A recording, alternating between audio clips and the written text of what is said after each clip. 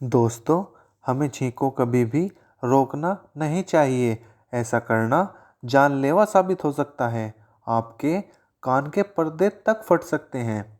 जब हम छींकते हैं उस समय केवल दिल को छोड़कर पूरी बॉडी काम करना बंद कर देती है।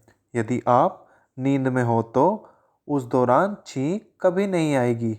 एक छींक से करीब 40,000 बूंदें निकल सकती हैं और वे 5 फीट दूर तक चली जाती हैं। छींक का आना बॉडी के लिए एक प्रकार का वर्कआउट है।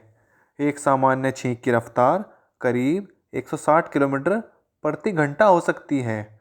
छींक आने के दौरान आंखें अपने आप बंद हो जाती हैं। एक बार में लगातार 4-5 छींक आना एक नॉर्मल अवस्था है।